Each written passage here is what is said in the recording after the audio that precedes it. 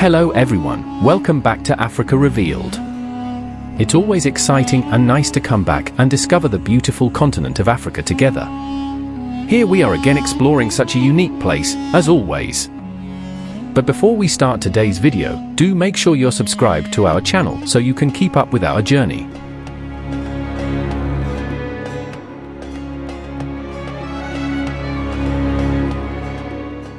Now here we go, Marrakesh. What an interesting name, right? Let's discover its hidden gems together. First and foremost, who can guess where exactly this stunning city is? It is busy with souks, magnificent palaces, and cultural treasures attracting millions of visitors every year.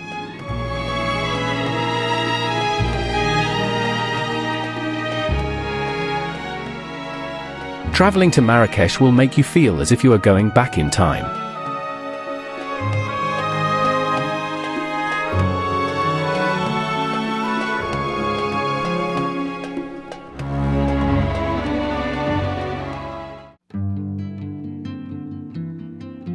Number 1. The history of Marrakesh. Well, Marrakesh is a North African city in the central region of Morocco. It is not Morocco's capital, largest, or oldest city. Nonetheless, it is unquestionably the most intriguing in the country. Steeped in history, magic, and glamour, the city is divided into two distinct areas: the Old City, also known as Medina, which contains the souks, or market area, and the Modern City, which contains the city's commercial district, Guéliz, and residential district, El Hivanage. The city was founded c. 1070, nearly 1,000 years ago, by the Almoravid dynasty, an imperial Berber Muslim dynasty. Marrakesh has seen times of immense splendor throughout its history, which have been punctuated by political upheavals, military upheavals, hunger, plagues, and a couple of sackings. In the 19th century, much of it was rebuilt. In 1912, French troops captured it, and it became part of the French protectorate of Morocco.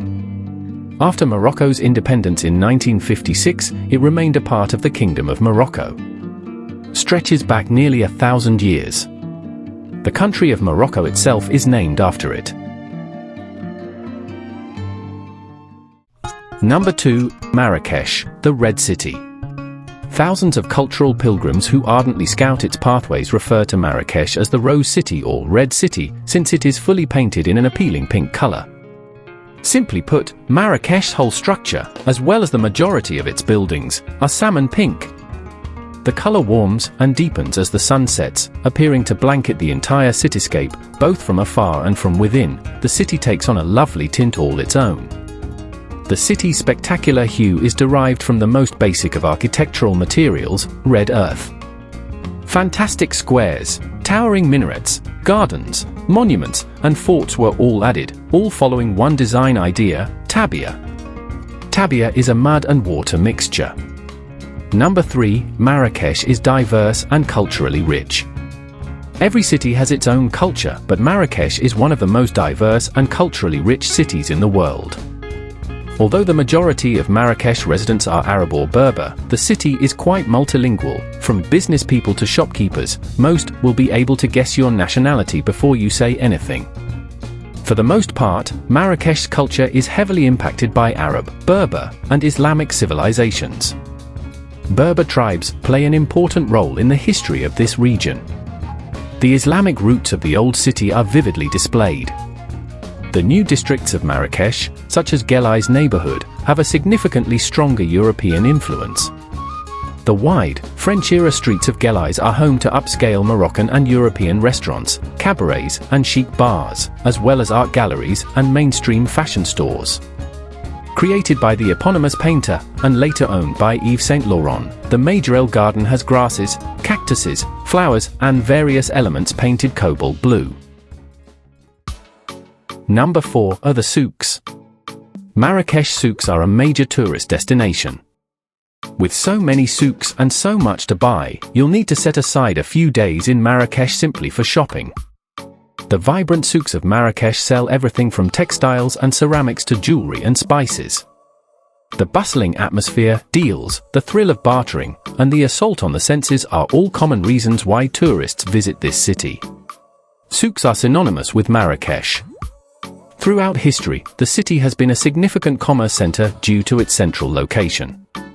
It was only natural for bazaars to spring up around the city, where dealers and craftsmen could exchange goods. It's incredible to think that these souks are still thriving as a major trade and commercial center in Morocco after thousands of years. Do you want those bright, multicolored Moroccan chandelier lamps that look like they came straight out of Aladdin? Then the souk Semarine should be on your list.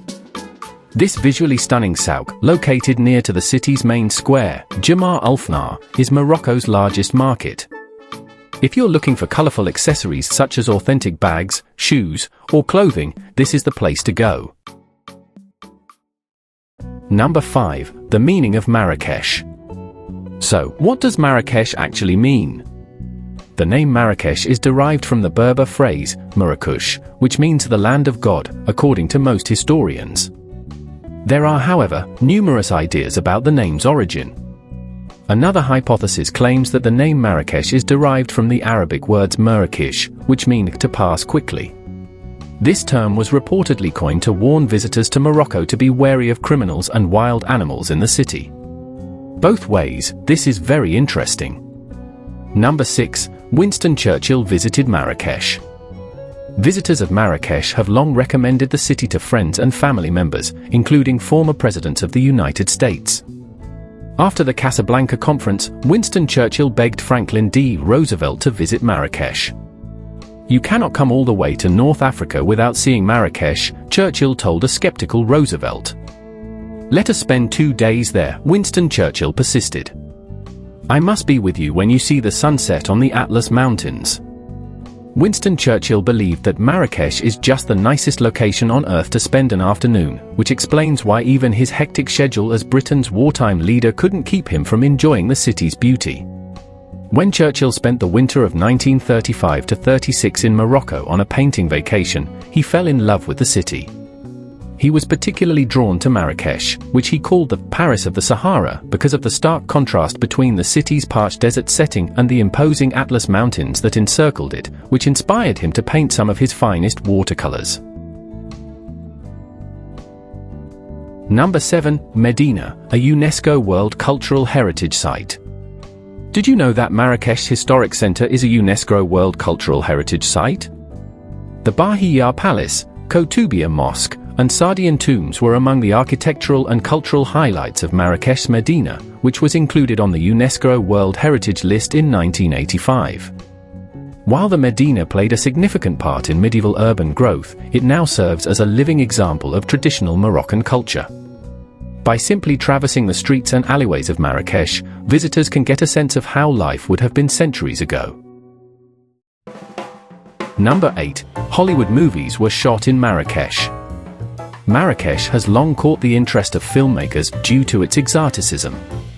As a result, many filmmakers looking to make films with adventure, exotic, historical, or action themes appear to have discovered a gold mine in this interesting location. It should come as no surprise that many films set in places like Egypt, Iran, or Abu Dhabi were actually made in Marrakesh. Many famous movies have been made in the Ochre city because of its stunning scenery, deserts, bustling souks, and attractive villages, not to mention the more secure political situation compared to its neighboring nations. There's a long list of films that were shot in Marrakesh, and one of the most successful films of the last decade was Gladiator. Gladiator, a Hollywood film, is one of the most epic films of the last 2 decades. Its intriguing tale was filmed in a variety of Middle Eastern locations, particularly Morocco.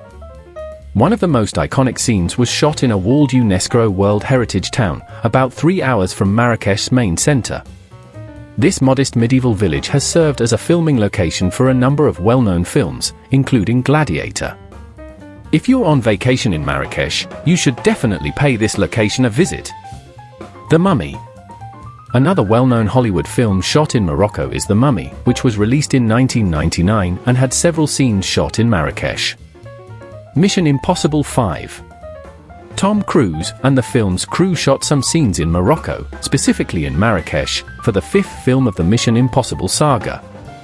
A medieval fortress district in Rabat, as well as other well-known locations such as Casablanca's Mosque Hassan II, were used in various chase scenes. The Man Who Knew Too Much. The Man Who Knew Too Much is a thriller film set in Marrakesh, Jamar El Fnar, an oriental market where snake charmers, storytellers, active food vendors, spice and fruit shops.